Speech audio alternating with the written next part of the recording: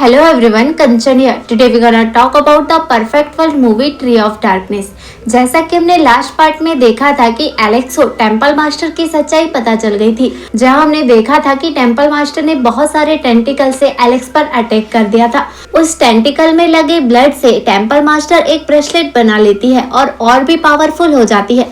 तभी दिखाया गया था कि एलेक्स ने अपनी थंडर पावर से अटैक किया था, जिसका एक टेंटिकल टेम्पल मास्टर के फेस में लग गया था, जहां से खून निकल रहा था। और तभी एलेक्स को समझ आ गया था कि थंडर एनर्जी से टेम्पल मास्टर को मारा जा सकता है। अब आगे और यहीं से आज के इस एपिसोड की शुरुआत होती है, जहां हम देखते हैं कि टेम्पल मास्टर को भी गुस्सा आ गया था और वो एलेक्स को एक अलग ही दुनिया में ले जाती है, जहां वो एलेक्स से कहती है कि तुम टेंशन मत लो, ये दुनिया बहुत ही जल्दी डार्कनेस से कवर हो जाएगी जो इंसानियत को खत्म कर देगी। जिस पर एलेक्स कहता है कि मुझे तुम्हारी बकवास नहीं सुननी है, बस मुझे ये बता दो कि जेनी इस वक्त है कहाँ।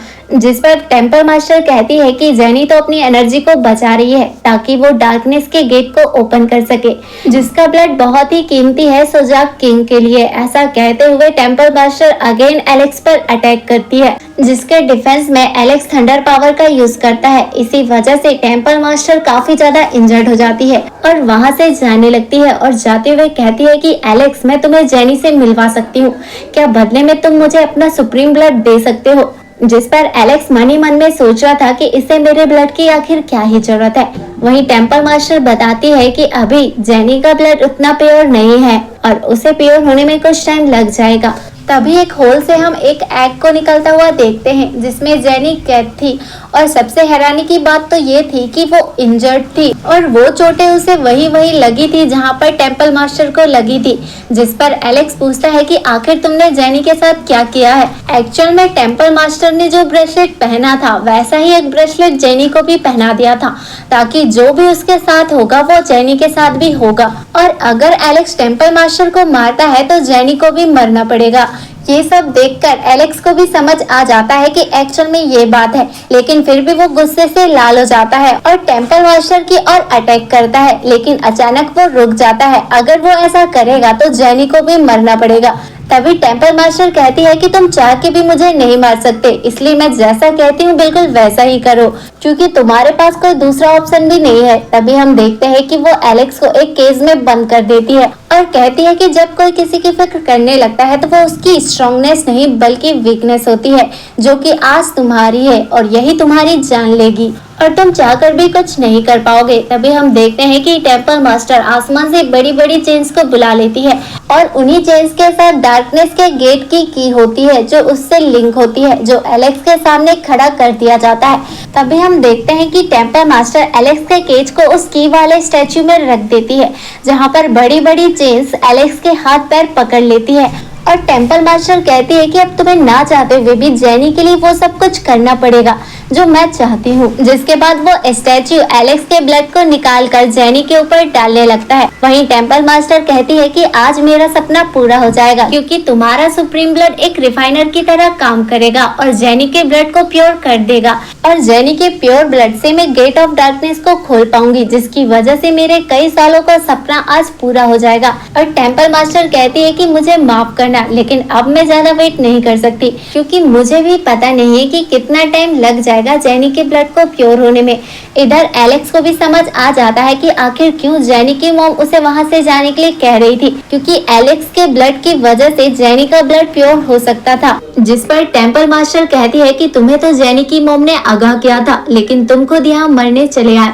ऐसा कहते हुए वो जेनी के एग को अपने पास ला लेती है। उधर हम देखते हैं कि एलेक्स दर्द से करा रहा था। तभी हम देखते हैं कि एलेक्स का ब्लड खींचकर जेनी के ऊपर गिरा दिया जाता है, जिसकी वजह से जेनी का ब्लड प्योर हो जाता है।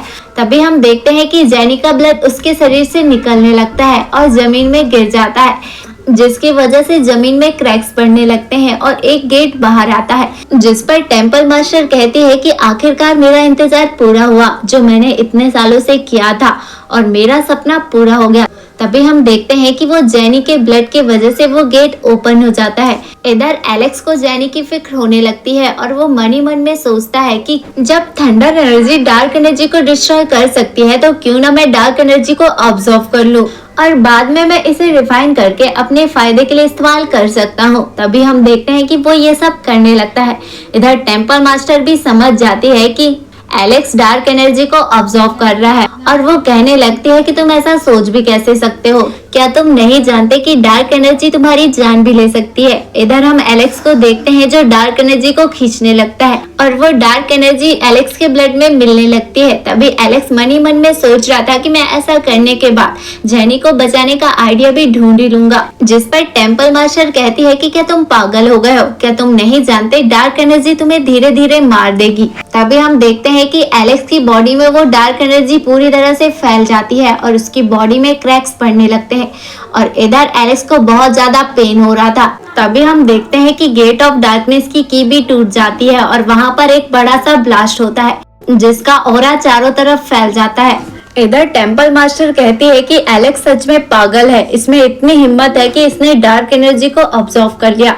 तभी हम देखते हैं कि वहां पर डार्क एनर्जी से बने वेपन उसकी तरफ आते हैं और तभी हम देखते हैं कि टेम्पल मास्टर उसे रोकने के लिए आगे बढ़ती है जिसकी वजह से उसका ब्रेसलेट भी टूट जाता है और इसी वजह से जेनी का ब्रेसलेट भी टूट जाता है। तभी टेम्पल मास्टर देखती है कि एलेक्स तो अभी भी जिंदा है और हैरान होते हुए कहती है कि ये तो इम्पॉसिबल है कि कोई डार्क एनर्जी को एब्जॉर्ब करके अभी तक जिंदा है। तभी एलेक्स कहता है कि शायद तुम मेरी थंडर पावर के बारे में नहीं जानती, इसलिए तुम ऐसा कह रही हो।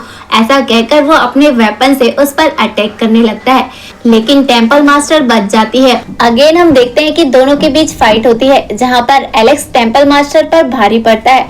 तभी हम देखते हैं कि एलेक्स अपनी थंडर टेक्निक का यूज करता है और अपना 14 हैंड स्टैचू बाहर निकाल लेता है जिसके सारे हाथों से वो थंडर पावर को निकालता है और डार्क एनर्जी में मिलाने लगता है। दूसरी तरफ टेम्पल मास्टर अपने टेंटिकल से एक प्रोटेक्शन शील्ड बनाने लगती है लेकिन हम देखते हैं कि एलेक्स उस पर अटैक कर देता है जिसे टेम्पल मास्टर रोकने की तो बहुत कोशिश करती है लेकिन वो उसमें फेल हो जाती है और हम देखते हैं कि एलेक्स उस पर एक स्फेयर घुसा देता है जिसकी वजह से टेम्पल मास्टर मरने लगती है। वहीं हम एलेक्स को देखते हैं जिसके सर में पेन हो रहा था। तभी दिखाया जाता है कि मरते हुए टेम्पल मास्टर कहती है कि तुम भी मर ही जाओगे क्योंकि तुमने डार्क एनर्जी को ऑब्जर्व कर लिया है और वो तुम्हारी नसों में फैल चुकी है। वहीं डार्कनेस का गेट भी खुल ही चुका है जिसकी वजह से सारे मॉन्स्टर आ जाएंगे और पूरी दुनिया में कब्जा कर लेंगे। ऐसा कहकर टेम्पल मास्टर मर जाती है और टेम्पल मास्टर के मरते ही जेनी ऊपर से नीचे गिरने लगती है। तभी हम देखते हैं कि एलेक्स जेनी को बचा लेता है। तभी दिखाया जाता है कि डार्कनेस का गेट भी खुल चुका था जहां से मॉन्स्टर आने लगे थे। तभी एलेक्स जेनी को एक जगह पर सुला देता है और मॉन्स्टर से लड़ने के लिए जाने लगता है जहां वो कई सारे मॉन्स्टर को ढेर कर देता है। और जब एलेक्स डार्कनेस के गेट की तरफ देखता है तो वहां से और बहुत सारे मॉन्स्टर आ रहे थे और अब दिखाया जाता है कि वो सारे मॉन्स्टर एलेक्स पर भारी पड़ने लगते हैं जहां पर एलेक्स के पास अब बचने का कोई भी चांस नहीं था। फिर वो अपनी पूरी जान लगा देता है और सोचता है कि अगर मैंने इन्हें नहीं मारा तो ये पूरी दुनिया में राज कर लेंगे। ऐसा कह के वो अपनी पूरी जान लगा देता है और सभी मॉन्स्टर को पीछे कर देता है। तभी उसके मन में आता है कि जब तक ये गेट ओपन रहेगा तब तक ये मॉन्स्टर आते रहेंगे, इसलिए अगर मुझे इन्हें रोकना है तो मुझे इस गेट को बंद करना होगा। तभी हम देखते हैं कि एक बड़ा मॉन्स्टर उस पर हावी होने लगता है और उसे उस गेट को बंद करने से रोकने लगता है। इधर एलेक्स भी अपनी पूरी जान लगा देता है ताकि वो उस गेट को बंद कर सके, जिससे उसे काफी ज्यादा पेन भी हो रहा था, लेकिन वो ऐसा करने में कामयाब हो जाता है। दूसरी तरफ हमें फायर किंगडम का सीन दिखाया जाता है जहां पर एक और लाइफ ऑफ ट्री आ गया है जो इंजर्ड हुए लोगों को ठीक कर रहा होता है। अगेन सीन चेंज होता है और हमें एलेक्स को दिखाया जाता है जिसने डार्क एनर्जी को कंज्यूम कर लिया है, जिसकी वजह से वो मरने लगता है। तभी हम देखते हैं कि जेनी उसके पास आ जाती है और उसे किस करने लगती है, जिसकी वजह से उसके अंदर थोड़ा सा डार्क ऑरा आ जाता है। तभी उसे समझ में आ जाता है कि वो उसकी जान बचा सकती है, इसलिए वो उसकी डार्क एनर्जी अपने अंदर खींच लेती है। लेकिन इसकी वजह से एलेक्स की जान तो बच जाती है, लेकिन वो खुद डार्क एनर्जी के प्रिजन में कैद होने लगती है। तभी वहाँ पर एक पोर्टल ओपन होता है जहाँ पर जेनी जाने वाली थी और उस डार्क प्रिजन में हमेशा के लिए कैद होने वाली थी। और जेनी जाते हुए एलेक्स से कहती है कि मैं तुम्हें बचाने के लिए किसी भी हद तक जा सकती हूँ। ऐसा कहते हुए वो उस पोर्टल में जाने लगती है। तभी एलेक्स जेनी को जाते हुए देखकर उस पोर्टल की तरफ बढ़ने लगता है जहाँ पर वो डार्क एनर्जी की बेला उसे अंदर जाने से रोक रही थी। लेकिन एलेक्स भी हार नहीं मानता और उन कांटेदार बेला से होकर उसकी तरफ बढ़ने लगता है। तभी उसे बचपन के विजन्स आने लगते हैं जहाँ एलेक्स ने जेनी के साथ समय बिताया था। इसलिए एलेक्स अपनी पूरी जान लगा देता है और उन कांटेदार बेला से होते हुए जेनी को अपनी तरफ खींच लेता है, जिसके बाद वो अपनी थंडर पावर का यूज करता है जिसकी वजह से वो सारी बेलाएं टूट जाती है। तभी दिखाया जाता है कि एलेक्स ने जेनी को गोद में उठाया हुआ है और जेनी के साथ बिताए हुए टाइम को याद करता है और उसे किस करता है। और इसी के साथ इस मूवी की हैप्पी एंडिंग हो जाती है। अगर आपको इसके बाकी के पार्ट्स देखने हैं तो आपको इसी चैनल में मिल जाएंगे। और अगर आपको ये एक्सप्लेनेशन पसंद आया तो वीडियो को लाइक और चैनल को सब्सक्राइब करके हमारा मोटिवेशन लेवल जरूर बढ़ाइएगा।